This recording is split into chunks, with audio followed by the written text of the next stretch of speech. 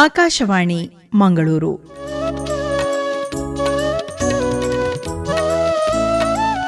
ಜಂಡು ಆಯುರ್ ಸಿಂಚನ ಪ್ರಾಯೋಜಿತ ಕಾರ್ಯಕ್ರಮ. ಈ ಕಾರ್ಯಕ್ರಮದ ಪ್ರಾಯೋಜಕರು ಜಂಡು. ಇಂದಿನ ಯಾಂತ್ರಿಕ ಜಗತ್ತಿನಲ್ಲಿ ದೈಹಿಕ ಮತ್ತು ಮಾನಸಿಕ ಆಯಾಸವನ್ನ ಪರಿಹರಿಸಲು ಪ್ರತಿಯೊಬ್ಬರಿಗೂ ದೈನಂದಿನ ಆರೋಗ್ಯ ಮತ್ತು ಫಿಟ್ನೆಸ್ನ ಅಗತ್ಯವಿದೆ. ನಿಮ್ಮ ಆರೋಗ್ಯ ಮತ್ತು ಯೋಗಕ್ಷೇಮವನ್ನ ಸುಧಾರಿಸಲು ಜಂಡು ಸೋನಪ್ರಾಶ್ ಅನ್ನು ಆರಿಸಿ. ಸೋನಪ್ರಾಶ್ ರೋಗ ನಿರೋಧಕ ಶಕ್ತಿಯನ್ನ ಹೆಚ್ಚಿಸುವುದಲ್ಲದೆ ದೇಹದ ಅಂಗಾಂಶಗಳನ್ನ ಪೋಷಿಸುವುದು, ಮಾನಸಿಕ ಆರೋಗ್ಯವನ್ನ ಹೆಚ್ಚಿಸುವುದು, ಒತ್ತಡವನ್ನ ಕಡಿಮೆ ಮಾಡುವುದು ಅಷ್ಟೇ ಅಲ್ಲದೆ ಬೇಗನೆ ವಯಸ್ಸಾಗುವಿಕೆಯನ್ನ ತಡೆದು ಯೌವನವನ್ನ ಕಾಪಿಡುತ್ತದೆ. ಸೋನಪ್ರಾಶ್ ನಿಮ್ಮ ಹತ್ತಿರದ ಔಷಧಾಲಯಗಳಲ್ಲಿ 450 ಗ್ರಾಂನ ಪ್ಯಾಕ್ನಲ್ಲಿ ಲಭ್ಯವಿದೆ. 24x7 ಆರೋಗ್ಯಕ್ಕಾಗಿ ಸೋನಪ್ರಾಶನ್ನ ಆರಿಸಿ. ಇಂದಿನ ಜಂಡು ಆಯುರ್ ಸಿಂಚನ ಕಾರ್ಯಕ್ರಮದಲ್ಲಿ ಆಯುರ್ವೇದದಲ್ಲಿ ಹುಣ್ಣಿನ ಚಿಕಿತ್ಸೆ ಈ ವಿಷಯದ ಕುರಿತು ಉಡುಪಿ ಕುತ್ಪಾಡಿಯ ಎಸ್ಡಿಎಂ ಆಯುರ್ವೇದ ಕಾಲೇಜು ಆಸ್ಪತ್ರೆ ಮತ್ತು ಸಂಶೋಧನಾ ಕೇಂದ್ರದ ಶಲ್ಯತಂತ್ರ ಸ್ನಾತಕೋತ್ತರ ವಿಭಾಗದ ಪ್ರಾಧ್ಯಾಪಕರಾದ ಡಾ ಪ್ರಶಾಂತ್ ಕೆ ಭಟ್ ಅವರೊಂದಿಗೆ ಲತೀಶ್ ಪಾಲ್ದನೆ ಅವರು ನಡೆಸುವ ಸಂದರ್ಶನವನ್ನು ಕೇಳೋಣ. ಕೇಳುಗರೆ, ಜಂಡು ಆಯುರ್ ಸಿಂಚನ ಕಾರ್ಯಕ್ರಮಕ್ಕೆ ತಮಗೆಲ್ಲರಿಗೂ ಕೂಡ ಆತ್ಮೀಯವಾದಂತಹ ಸ್ವಾಗತ. ಇವತ್ತಿನ ಈ ಒಂದು ಕಾರ್ಯಕ್ರಮದ ವಿಷಯ ಅಂತ ಹೇಳಿದರೆ ಆಯುರ್ವೇದದಲ್ಲಿ ಹುಣ್ಣಿನ ಚಿಕಿತ್ಸೆ ಅನ್ನುವಂಥದ್ದು. ಇದರ ಬಗ್ಗೆ ಮಾಹಿತಿಯನ್ನು ನೀಡೋದಕ್ಕೆ ನಮ್ಮ ಜೊತೆಗಿದ್ದಾರೆ ಎಸ್ಡಿಎಂ ಆಯುರ್ವೇದ ಕಾಲೇಜು ಮತ್ತು ಆಸ್ಪತ್ರೆ, ಉದ್ಯಾವರ, ಉಡುಪಿ ಇಲ್ಲಿನ ಶಲ್ಯತಂತ್ರ ಸ್ನಾತಕೋತ್ತರ ವಿಭಾಗದ ಪ್ರೊಫೆಸರ್ ಆಗಿರುವಂತಹ ಡಾಕ್ಟರ್ ಪ್ರಶಾಂತ್ ಕೆ ಭಟ್ ಅವರು. ಡಾಕ್ಟರೇ, ಕಾರ್ಯಕ್ರಮಕ್ಕೆ ಆತ್ಮೀಯವಾದಂತಹ ಸ್ವಾಗತ. ನಮಸ್ಕಾರ. ಡಾಕ್ಟರ್, ಈಗ ಈ ಹುಣ್ಣಿನ ಬಗ್ಗೆ ಕೇಳೋದಾದರೆ ಈ ಆಯುರ್ವೇದದಲ್ಲಿ ಹುಣ್ಣಿನ ಬಗ್ಗೆ ಇರುವಂತಹ ಮಾಹಿತಿಗಳು ಏನೆಲ್ಲ ಇವೆ? ಅದರ ಬಗ್ಗೆ ಏನಾದರೂ ತಿಳಿಸುತ್ತಾ ಆಯುರ್ವೇದ? ಆಯುರ್ವೇದದಲ್ಲಿ ಹುಣ್ಣಿನ ಬಗ್ಗೆ ವಿಶದವಾದ ಮಾಹಿತಿ ಲಭ್ಯವಿದೆ. ಮುಖ್ಯವಾಗಿ ನಾವು ಸುಶ್ರುತ ಸಂಹಿತೆಯಲ್ಲಿ ಹುಣ್ಣಿನ ಬಗ್ಗೆ ಅಗಾಧವಾದ ಮಾಹಿತಿಯನ್ನು ಕಾಣಲಿಕ್ಕೆ ಸಾಧ್ಯ ಆಗ್ತದೆ. ಆಯುರ್ವೇದದಲ್ಲಿ ನಾವು ಹುಣ್ಣನ್ನು ವ್ರಣ ಅಂತ ಹೇಳಿ ಕರಿತೇವೆ. ಇದೊಂದು ಆಸಕ್ತಿದಾಯಕವಾದಂತಹ ವಿಚಾರ.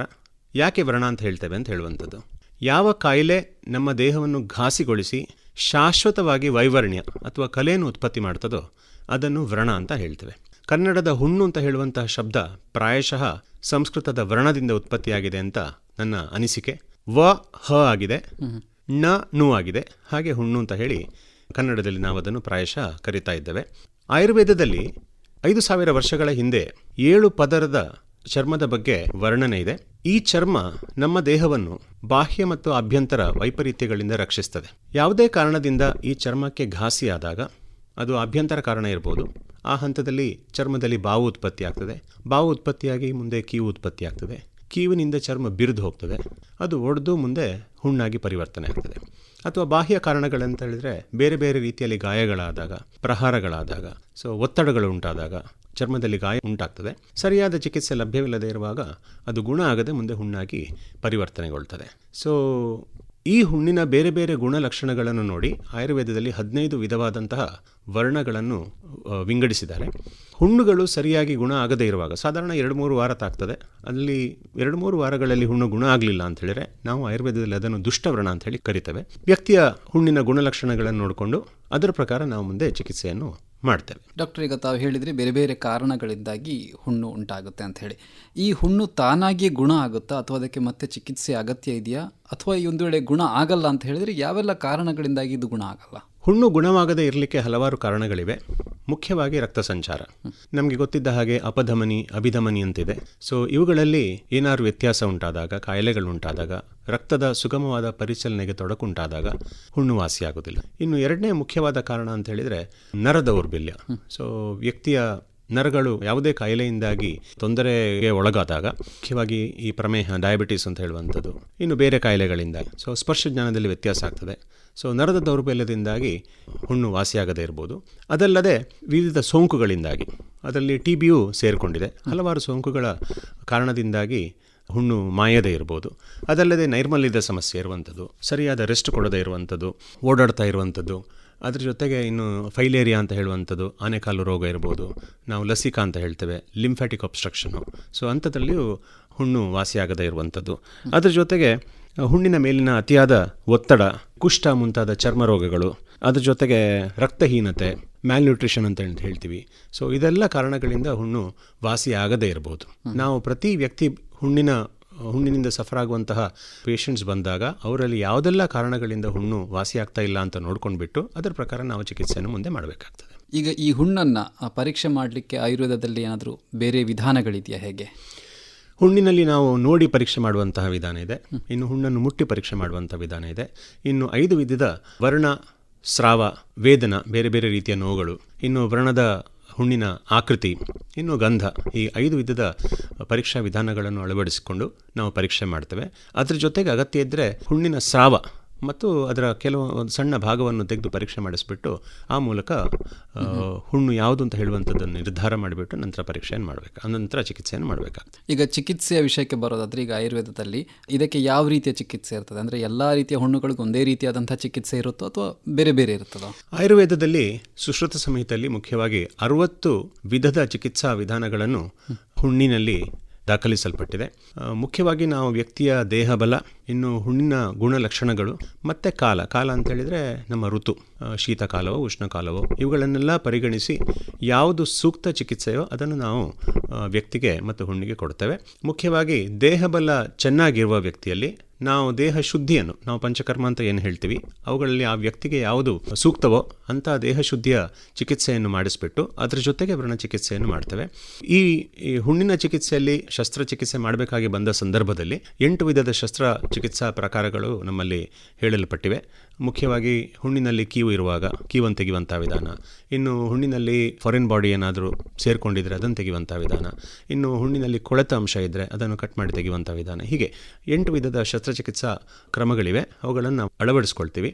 ಅದರ ಜೊತೆಗೆ 14 ವಿಧವಾದಂತಹ ಸ್ಥಾನೀಯ ಚಿಕಿತ್ಸಾ ಕ್ರಮಗಳನ್ನು ನಾವು ಅಳವಡಿಸ್ಕೊಳ್ತೀವಿ. ಅದರಲ್ಲಿ ಹುಣ್ಣನ್ನು ಬೇರೆ ಬೇರೆ ಕಷಾಯಗಳಿಂದ ತೊಳೆಯುವಂಥದ್ದು, ಲೇಪ ಹಚ್ಚುವಂಥದ್ದು, ಪೇಸ್ಟ್ಗಳನ್ನು ಹಚ್ಚುವಂಥದ್ದು, ಸೊ ಇಂಥ ಬೇರೆ ಬೇರೆ ಚೂರ್ಣ ಪೌಡರ್ಗಳನ್ನು ನಾವು ಹಾಕುವಂಥದ್ದು, ಹೀಗೆ ಸ್ಥಾನಿಕ ಚಿಕಿತ್ಸಾ ವಿಧಾನಗಳಿವೆ. ಅದರ ಜೊತೆಗೆ ಕ್ರಿಮಿಘ್ನ ಅಂತ ಹೇಳುವಂಥದ್ದು, ಕ್ರಿಮಿಗೆ ಸೋಂಕಿಗೆ ಇರುವಾಗ ಸೋಂಕನ್ನು ಕಡಿಮೆ ಮಾಡುವಂತಹ ವಿಧಾನಗಳು. ಅದರ ಜೊತೆಗೆ ವಿಶಿಷ್ಟವಾದ ಆಯುರ್ವೇದ ಚಿಕಿತ್ಸಾ ಪದ್ಧತಿಗಳಾದ ಕ್ಷಾರ ಚಿಕಿತ್ಸೆ, ಲೀಚ್ ಟ್ರೀಟ್ಮೆಂಟ್ ಅಂತ ಹೇಳ್ತೀವಿ, ಜಲೋಕಾವಚರಣ ಅಂತ ನಾವು ಹೇಳ್ತೀವಿ, ಅವುಗಳನ್ನು ನಾವು ಅಲ್ಲಿ ಉಪಯೋಗಿಸ್ತೇವೆ. ಅದರ ಜೊತೆಗೆ ಔಷಧಿಯನ್ನು ಆಭ್ಯಂತರವಾಗಿ ಕೊಡುವಂತಹ ಔಷಧಿ, ಅದು ಕಷಾಯ ಇರ್ಬೋದು, ಪೌಡರ್ ಇರ್ಬೋದು, ಅಥವಾ ಆಸವರಿಷ್ಟಗಳಿರ್ಬೋದು, ಲೇಹಗಳಿರ್ಬೋದು, ಅಭ್ಯಂತರ ಚಿಕಿತ್ಸೆಯನ್ನು ಔಷಧಿ ರೂಪದಲ್ಲಿ ಕೊಡ್ತೇವೆ. ಅದರ ಜೊತೆಗೆ ಕೊನೆಗೆ ಆಹಾರ ಪದ್ಧತಿಯನ್ನು ನಾವು ಹುಣ್ಣಿನ ಚಿಕಿತ್ಸೆಯಲ್ಲಿ ಅಳವಡಿಸ್ಕೊಳ್ತೇವೆ. ಈಗ ತಾವು ಹೇಳಿದ್ರಿ ವಿಶೇಷವಾದ ಚಿಕಿತ್ಸೆಗಳನ್ನೆಲ್ಲ ಕೊಡ್ತೀರಿ ಅಂತ ಹೇಳಿ, ಅದರಲ್ಲೂ ಕ್ಷಾರ ಚಿಕಿತ್ಸೆ ಅಂತದ್ದು, ಇದು ಎಂತಹ ಹುಣ್ಣಿಗೆ ಇದನ್ನು ಕೊಡ್ತೀರಾ? ಅಂದರೆ ಎಲ್ರಿಗೂ ಕೊಡ್ತೀರಾ ಅಥವಾ ಪರ್ಟಿಕ್ಯುಲರ್ ಆಗಿ ಇಂಥದ್ದಕ್ಕೆ ಅಂತಾನೆ ಕೊಡ್ತೀರಾ? ಅಂದರೆ ಈ 60 ಚಿಕಿತ್ಸಾ ವಿಧಾನಗಳಲ್ಲಿ ಪ್ರತಿಯೊಂದು ಚಿಕಿತ್ಸೆಗೂ ಅದರದ್ದೇ ಆದ ಇಂಡಿಕೇಶನ್ಸ್ ಇದೆ. ತುಂಬ ಸಮಯದಿಂದ ನಾವು ದುಷ್ಟವರ್ಣ ಅಂತ ನಾವು ಹೇಳ್ತೀವಿ, ಆ ಹುಣ್ಣು ಯಾವಾಗ ಬೇಗ ಗುಣ ಆಗೋದಿಲ್ಲ, 3 ವಾರದಲ್ಲಿ ಗುಣ ಆಗ್ತಾ ಇಲ್ಲ, ಬೇರೆ ಯಾವ ಚಿಕಿತ್ಸೆಯಿಂದ ಗುಣ ಆಗ್ತಾ ಇಲ್ಲ. ಹುಣ್ಣಿನಲ್ಲಿ ಸಾಫ್ಟ್ ಟಿಶ್ಯೂ, ನಾವು ಗ್ರ್ಯಾನ್ಯುಲೇಷನ್ ಟಿಶ್ಯೂ ಅಂತ ಹೇಳ್ತೀವಿ, ಅದು ತುಂಬ ಡಿಲೇ ಆಗಿ ಅನ್ಹೆಲ್ದಿ ಗ್ರ್ಯಾನ್ಯುಲೇಷನ್ ಟಿಶ್ಯೂ ಇದೆ, ಸ್ಕಾರ್ ಟಿಶ್ಯೂ ಜಾಸ್ತಿ ಆಗಿರ್ತದೆ, ಅಂತ ಹಂತದಲ್ಲಿ ನಾವು ಕ್ಷಾರ ಔಷಧಿಯನ್ನು ಕೊಡ್ತೇವೆ. ಡಾಕ್ಟರ್, ಈಗ ಆಮೇಲೆ ತಾವು ಹೇಳಿದ್ರಿ ಆಹಾರ ಪದ್ಧತಿ ಕೂಡ ಮುಖ್ಯ ಆಗ್ತದೆ ಅಂತ ಹೇಳಿ, ಇಲ್ಲಿ ಪಥ್ಯ ಮಾಡಬೇಕಾದಂಥ ಅವಶ್ಯಕತೆ ಇರ್ತದ ಈ ಹುಣ್ಣಿನ ಸಮಸ್ಯೆ ಇದ್ದಾಗ? ಪ್ರತಿಯೊಂದು ಕಾಯಿಲೆಯಲ್ಲಿಯೂ ಕಾಯಿಲೆ ಬೇಗ ಗುಣ ಆಗಬೇಕು ಅಂತ ಹೇಳಿದರೆ ಪಥ್ಯದ ಅವಶ್ಯಕತೆ ಇರ್ತದೆ. ದೇಹವೇ ಎಲ್ಲ ಕಾಯಿಲೆಗಳನ್ನು ಗುಣಪಡಿಸ್ತದೆ. ಸೊ ಈ ದೇಹಕ್ಕೆ ನಾವು ಸಪೋರ್ಟ್ ಕೊಡಬೇಕಾಗ್ತದೆ, ಅದು ಮುಖ್ಯವಾಗಿ ಆಹಾರದ ಮುಖಾಂತರ ನಾವು ಕೊಡಬೇಕಾಗ್ತದೆ. ಹಾಗಾಗಿ ಪ್ರತಿಯೊಂದು ಕಾಯಿಲೆಯಲ್ಲಿಯೂ ಪಥ್ಯದ ಪ್ರಾಮುಖ್ಯತೆ ಇದ್ದೇ ಇರ್ತದೆ. ಈಗ ಯಾವ ರೀತಿಯಾದಂಥ ಪಥ್ಯವನ್ನು ಅವ್ರು ಮಾಡಬೇಕಾಗತ್ತೆ? ಮುಖ್ಯವಾಗಿ ಹುಣ್ಣಿನ ಕಾಯಿಲೆಯಲ್ಲಿ ಹೇಳುವಂಥ ಸಾಮಾನ್ಯ ಪಥ್ಯ ಅಂತ ಹೇಳಿದರೆ ಕೆಂಪಕ್ಕಿಯಿಂದ ಮಾಡಿದಂಥ ಆಹಾರ, ಅಕ್ಕಿ, ಬಾರ್ಲಿ, ಗೋಧಿ, ರಾಗಿ ಇವುಗಳಿಂದ ಮಾಡಿದಂಥ ಆಹಾರ, ಹೆಸರು ಪಥ್ಯ, ತುಪ್ಪ ತಗೊಳ್ಬೋದು, ಬಿಸಿನೀರಿನ ಸೇವನೆ, ಮೂಲಂಗಿ, ನುಗ್ಗೆಕಾಯಿ, ನುಗ್ಗೆ ಸೊಪ್ಪು, ಪಡವಲಕಾಯಿ, ಹಾಗಲಕಾಯಿ, ಹೀಗೆ ಇವೆಲ್ಲ ಸಾಧಾರಣವಾಗಿ ಪಥ್ಯ. ಇನ್ನು ವ್ಯಕ್ತಿಯ ಅಗ್ನಿಬಲ ಅಂದರೆ ಜೀರ್ಣಶಕ್ತಿ, ಇನ್ನು ಕಾಯಿಲೆಯ ಗುಣಲಕ್ಷಣಗಳನ್ನು, ಅದು ವಾತದಿಂದ ಉಂಟಾದ ಕಾಯಿಲೆ, ಹುಣ್ಣೋ ಅಥವಾ ಪಿತ್ತವೋ ಅಥವಾ ಕಫವೋ, ಹಾಗೆ ನೋಡ್ಕೊಂಡ್ಬಿಟ್ಟು ಅದರ ಪ್ರಕಾರ ನಾವು ಪಥ್ಯವನ್ನು ಹೇಳ್ತೇವೆ. ಅದರ ಜೊತೆಗೆ ಸಾಮಾನ್ಯವಾಗಿ ಆ ಪಥ್ಯ ಅಂತ ಹೇಳುವಂಥದ್ದು ಅಂತ ಹೇಳಿದರೆ ಅತಿಯಾದ ಉಪ್ಪು, ಹುಳಿ, ಖಾರ, ಕರಿದ ಪದಾರ್ಥಗಳು, ಧೂಮಪಾನ, ಮದ್ಯ ಸೇವನೆ, ಹುರುಳಿಯಿಂದ ಮಾಡಿದಂತಹ ಆಹಾರ, ನೆಲಕಡಲೆ, ಹಾಲು, ಮೊಸರು, ಮಜ್ಜಿಗೆ, ತುಂಬ ಡೈರಿ ಪ್ರಾಡಕ್ಟ್ಸು ಅಂದರೆ ಹೆವಿ ಇರುವಂಥ ಆಹಾರಗಳು, ಜೀರ್ಣಕ್ರಿಯೆಗೆ ತೊಂದರೆ ಕೊಡುವಂಥ ಆಹಾರಗಳು, ಇನ್ನು ಅದರ ಜೊತೆಗೆ ಶೀತಲೀಕರಿಸಿದಂಥ ಆಹಾರ, ಇನ್ನು ಜಂಕ್ ಫುಡ್ಸ್ ಅಂತ ನಾವೇನು ಹೇಳ್ತೀವಿ, ಇನ್ನು ಪ್ಯಾಕ್ಡ್ ಫುಡ್ಸು, ಫ್ಲೇವರಿಂಗ್ ಏಜೆಂಟ್ಸ್ ಹಾಕಿರುವಂಥದ್ದು, ಸೊ ಇಂಥ ಆಹಾರಗಳು. ಅದರ ಜೊತೆಗೆ ಮಾನಸಿಕ ಕ್ಷೋಭೆಗಳು, ಚಿಂತೆ, ಇನ್ನು ಭಯ, ಶೋಕ, ಆಯಾಸ, ಸೊ ಇಂಥ ಮಾನಸಿಕ ಕ್ಷೋಭೆಯಿಂದಲೂ ಹುಣ್ಣಿನ ಹೀಲಿಂಗ್, ವಾಸಿಯಾಗುವಂತಹ ಸಮಯ ಜಾಸ್ತಿ ತಗೊಳ್ಬಹುದು. ಈಗ ಈ ಪಥ್ಯ ಎಷ್ಟು ದಿನ ಮಾಡಬೇಕಾಗ್ತದೆ? ಅವರು ಹುಣ್ಣು ಗುಣ ಆಗುವವರೆಗೆ ಮಾಡಬೇಕಾಗ್ತದೆ. ಕೆಲವೊಂದು ಹುಣ್ಣು ಗುಣ ಆದ ಮೇಲೂ ಕೆಲವೊಮ್ಮೆ ಕಂಟಿನ್ಯೂ ಮಾಡಬೇಕಾಗ್ತದೆ. ಸಾಮಾನ್ಯವಾಗಿ ನಾವು 6 ತಿಂಗಳಿಂದ 1 ವರ್ಷದವರೆಗೆ ಪಥ್ಯವನ್ನು ಸ್ವಲ್ಪ ಫಾಲೋ ಮಾಡಬೇಕು ಅಂತ ಹೇಳ್ತೀವಿ ಪೇಷಂಟ್ಸಲ್ಲಿ. ಡಾಕ್ಟ್ರೆ, ಹಾಗೆ ಈ ವಾತಾವರಣ ಏನಾದರೂ ಪ್ರಭಾವ ಬೀರುತ್ತಾ ಈ ಒಂದು ಚಿಕಿತ್ಸೆಯ ಮೇಲೆ? ಎಲ್ಲ ಕಾಯಿಲೆಗಳ ಮೇಲೂ ವಾತಾವರಣದ ಪ್ರಭಾವ ಇದ್ದೇ ಇರ್ತದೆ. ಯಾಕಂದರೆ ನಾವು ಆಯುರ್ವೇದದಲ್ಲಿ ತ್ರಿದೋಷಗಳನ್ನು ನೋಡಿಕೊಂಡು, ಅಂದರೆ ವಾತ, ಪಿತ್ತ ಮತ್ತು ಕಫ, ಇವುಗಳ ಆಧಾರದ ಮೇಲೆ ಪ್ರತಿಯೊಂದು ಕಾಯಿಲೆಯನ್ನು ವರ್ಗೀಕರಿಸ್ಕೊಳ್ತೀವಿ. ಸೊ ಹಾಗೆ ವ್ರಣದಲ್ಲಿಯೂ ಈ ವಾತ, ಪಿತ್ತ ಮತ್ತು ಕಫದ ಪ್ರಭಾವಗಳು ಇದ್ದೇ ಇರ್ತದೆ. ಸೊ ಈ ಸೀಸನು ಈ ವಾತ, ಪಿತ್ತ ಮತ್ತು ಕಫದ ಮೇಲೆ ಪ್ರಭಾವ ಬೀರುತ್ತದೆ. ಸೊ ಹಾಗಾಗಿ ವಾತಾವರಣದ ಪ್ರಭಾವ, ಋತುಗಳ ಪ್ರಭಾವ ಪ್ರತಿಯೊಂದು ಕಾಯಿಲೆ ಮೇಲೂ ಇದ್ದೇ ಇರ್ತವೆ. ಹಾಗಾಗಿ ನಾವು ಔಷಧಿ ಮತ್ತು ಆಹಾರವನ್ನು ಹೇಳುವಾಗ ಇವುಗಳನ್ನು ಪರಿಗಣನೆಗೆ ತೆಗೆದುಕೊಂಡೇ ನಾವು ಹೇಳಬೇಕಾಗ್ತದೆ. ಇನ್ನು ವೈಯಕ್ತಿಕ ನೈರ್ಮಲ್ಯದ ಬಗ್ಗೆ ಹೇಳೋದಾದರೆ ಇದು ಯಾವ ರೀತಿಯಾಗಿ ಮುಖ್ಯ ಆಗುತ್ತೆ? ಅತ್ಯಂತ ವ್ರಣದಲ್ಲಿ, ಅಂದರೆ ಹುಣ್ಣಿನ ಚಿಕಿತ್ಸೆಯಲ್ಲಿ ನೈರ್ಮಲ್ಯದ ಪ್ರಭಾವ ಅತ್ಯಂತವಾಗಿರ್ತದೆ. ಅತ್ಯಂತ ಪ್ರಮುಖವಾದ ಒಂದು ವಿಚಾರ ಅದು. ಎಷ್ಟೋ ಸಲ ಪೇಷಂಟ್ಸ್ಗಳದ್ದು ಆ ಸೋಂಕು ಉತ್ಪತ್ತಿಯಾಗುವಂಥದ್ದು ಈ ನೈರ್ಮಲ್ಯದ ಅಭಾವದಿಂದ ಆಗಿರ್ತದೆ. ಎಷ್ಟೋ ಸಲ ಈ ಬ್ಯಾಂಡೇಜ್ಗಳು 14 ವಿಧದ ಬ್ಯಾಂಡೇಜು ಆಯುರ್ವೇದದಲ್ಲಿ ವರ್ಣಿಸಲ್ಪಟ್ಟಿವೆ. ಸೊ ಈ ಬ್ಯಾಂಡೇಜನ್ನು ಒದ್ದೆ ಮಾಡುವಂಥದ್ದು, ಸೊ ಸರಿಯಾಗಿ ನೋಡಿಕೊಳ್ಳದೇ ಇರುವಂಥದ್ದು, ಪ್ರತಿ ದಿವಸ ವೂಂಡ್ ಕೇರ್ ಅಥವಾ ಅಲ್ಸರ್ಸ್ ಅಥವಾ ಹುಣ್ಣನ್ನು ಸರಿಯಾಗಿ ಕ್ಲೀನ್ ಮಾಡದೇ ಇರುವಂಥದ್ದು. ಸೊ ಹೀಗಾಗಿ ಸೋಂಕುಗಳು ಉತ್ಪತ್ತಿ ಆಗ್ತವೆ. ಸೋಂಕಿನಿಂದಾಗಿ ಹುಣ್ಣುಗಳು ದೊಡ್ಡದಾಗ್ತವೆ, ಬೆಳೀಲಿಕ್ಕೆ ಶುರು ಮಾಡ್ತವೆ. ಹಾಗಾಗಿ ಮುಂದೆ ಅದು ಹೀಲಾಗದೇ ಇರ್ಬೋದು. ಈಗ ಸಾಮಾನ್ಯವಾಗಿ ಏನಾಗುತ್ತೆ, ಕೆಲವರು ಈ ಹುಣ್ಣಲ್ವಾ ಅದು ಅದರಷ್ಟಕ್ಕೆ ಗುಣ ಆಗುತ್ತೆ ಅಂತ ಅಂದುಕೊಳ್ಳೋರು ಇರ್ತಾರೆ. ಸೊ ಅಂಥ ಸಂದರ್ಭದಲ್ಲಿ ಹಾಗೆ ಬಿಟ್ಟರೆ ಏನಾಗ್ಬೋದು ಡಾಕ್ಟ್ರೆ? ಯಾವುದೇ ಕಾಯಿಲೆಯನ್ನು ದೇಹ ತನ್ನಷ್ಟಕ್ಕೆ ಗುಣ ಮಾಡುವಂಥ ಸಾಮರ್ಥ್ಯ ಹೊಂದಿರ್ತದೆ. ಆದರೆ ಔಷಧಿ ಚಿಕಿತ್ಸೆಯ ಮುಖಾಂತರ ಅದನ್ನು ದೇಹಕ್ಕೆ ಬೇಕಾದಂತಹ ಸಪೋರ್ಟ್ ಕೊಟ್ಟು ಕಾಯಿಲೆಯನ್ನು ಬೇಗ ಗುಣಮಾಡಿಸ್ಲಿಕ್ಕೆ ಸಾಧ್ಯ ಆಗ್ತದೆ. ಹುಣ್ಣಿನಲ್ಲಿಯೂ ಅದೇ ಥರ. ಸಾಮಾನ್ಯವಾದ ಗಾಯ ನಮಗೆ ಏನು ಮಾಡದಿದ್ದರೂ 2-3 ವಾರದ ಒಳಗೆ, ಒಂದು ಸಾಮಾನ್ಯವಾಗಿ ಸಣ್ಣ ಗಾಯ ಅಂತೇಳಿದ್ರೆ 10 ದಿವಸದೊಳಗೆ ಗುಣ ಆಗ್ತದೆ. ಅಬ್ಬಬ್ಬ ಅಂತೇಳಿದ್ರೆ 1-2 ವಾರದ ಒಳಗೆ, 3 ವಾರದೊಳಗೆ ಗುಣ ಆಗ್ತದೆ. ಈ ನೈರ್ಮಲ್ಯದ ಅಭಾವದಿಂದ ಆಗಿರ್ಬೋದು, ಮುಖ್ಯವಾಗಿ ಸೋಂಕಿನಿಂದಾಗಿ ಕಾಯಿಲೆ ದೊಡ್ಡದಾಗ್ತದೆ. ಮುಂದೆ ಹಾಗೇ ಬಿಟ್ಟರೆ ಅದು ಇನ್ನೂ ದೇಹದ ಒಳಗೆ ಸೇರ್ಕೊಂಡು ಬಿಟ್ಟು ಕಾಂಪ್ಲಿಕೇಶನ್ಸ್ ಆಗಿ ಸೈನಸ್ ಅಂತ ಹೇಳಿಬಿಟ್ಟು ಪ್ರಾಬ್ಲಮ್ಸ್ ಬರುತ್ತೆ. ನಾವು ಅದನ್ನು ನಾಡಿ ವ್ರಣ ಅಂತ ಹೇಳ್ತೇವೆ. ಅಥವಾ ಹಾಗೆ ಮುಂದುವರೆದ್ರೆ ಅದರಿಂದಾಗಿ ಮುಂದೆ ಕ್ಯಾನ್ಸರ್ ಆಗಿ ಪರಿವರ್ತಿತ ಆಗುವಂತಹ ಸಂಭವವೂ ಇರ್ತದೆ. ಹುಣ್ಣು ಕ್ಯಾನ್ಸರ್ ಆಗಿ ಪರಿವರ್ತನೆ ಆಗ್ಬೋದು. ಡಾಕ್ಟರ್, ಈಗ ಕಡೆಯದಾಗಿ ಹುಣ್ಣಿನಿಂದ ಯಾರು ತುಂಬಾ ಜಾಗ್ರತೆಯನ್ನು ವಹಿಸ್ಕೋಬೇಕಾಗುತ್ತೆ, ಅಂದರೆ ರಿಸ್ಕ್ ಫ್ಯಾಕ್ಟರ್ ಅಂತ ಹೇಳೋದಾದರೆ ಯಾರಿಗೆ ಜಾಸ್ತಿ ಅಪಾಯ ಆಗುವಂಥ ಸಾಧ್ಯತೆ ಇರ್ತದೆ? ಒಂದನೇದು ಹೊರಗೆ ಕೆಲಸ ಮಾಡುವವರು, ಆವಾಗ ದೇಹಕ್ಕೆ ಗಾಯ ಉಂಟಾಗಿ ಅದರಿಂದ ಹುಣ್ಣಾಗಿ ಕನ್ವರ್ಟ್ ಆಗುವಂಥದ್ದು. ಇನ್ನು ದೇಹದ ಪ್ರತಿರೋಧಕ ಶಕ್ತಿ ಕಡಿಮೆ ಇರುವವರು, ಅಂತಂದರೆ ಮುಖ್ಯವಾಗಿ ರಕ್ತಹೀನತೆಯಿಂದ ಬಳಲುವವರು, ಇನ್ನು ಡಯಾಬಿಟಿಸಿಂದ ಬಳಲುವುದು, ಅಂದರೆ ಪ್ರಮೇಹ ರೋಗ ಇಂದ ಬಳಲುವವರು, ಇನ್ನು ಲಿವರ್ನ ತೊಂದರೆ ಇರುವವರು, ಕಿಡ್ನಿಗೆ ಸಂಬಂಧಪಟ್ಟ ಕಾಯಿಲೆ ಇರುವವರು, ಮ್ಯಾಲ್ ನ್ಯೂಟ್ರಿಷನ್ ಅಂತ ಹೇಳ್ತೀವಿ, ಅಂಥದ್ರಿಂದ ಬಳಲ್ತಾ ಇರುವವರು. ಸೊ ಇಂಥ ಕ್ಯಾಟಗರಿ, ಅಂಥ ಪೇಷಂಟ್ಸಲ್ಲಿ, ಅಂಥ ರೋಗಿಗಳಲ್ಲಿ ಹುಣ್ಣು ಬೇಗ ವಾಸಿ ಆಗದೇ ಇರ್ಬೋದು. ಸೊ ಅಂಥವರಲ್ಲಿ ಕಾಂಪ್ಲಿಕೇಶನ್ಸ್ ಜಾಸ್ತಿ. ಧನ್ಯವಾದಗಳು ಡಾಕ್ಟರ್. ಇಷ್ಟೊತ್ತು ಆಯುರ್ವೇದದಲ್ಲಿ ಹುಣ್ಣಿನ ಚಿಕಿತ್ಸೆ ಯಾವ ರೀತಿಯಾಗಿ ಇರುತ್ತೆ ಅನ್ನೋದ್ರ ಬಗ್ಗೆ ನಮಗೆ ತಿಳಿಸಿದ್ರಿ. ಕಾರ್ಯಕ್ರಮದಲ್ಲಿ ಭಾಗವಹಿಸಿದ್ದಕ್ಕಾಗಿ ಧನ್ಯವಾದಗಳು. ನಮಸ್ತೆ.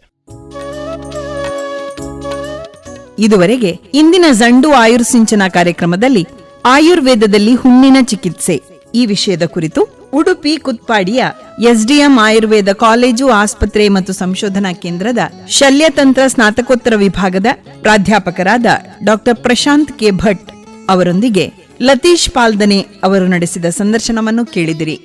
ಮುಂದಿನ ಕಾರ್ಯಕ್ರಮದಲ್ಲಿ ಮತ್ತೆ ಭೇಟಿಯಾಗೋಣ. ನಮಸ್ಕಾರ. ಈ ಕಾರ್ಯಕ್ರಮದ ಪ್ರಾಯೋಜಕರು ಜಂಡು.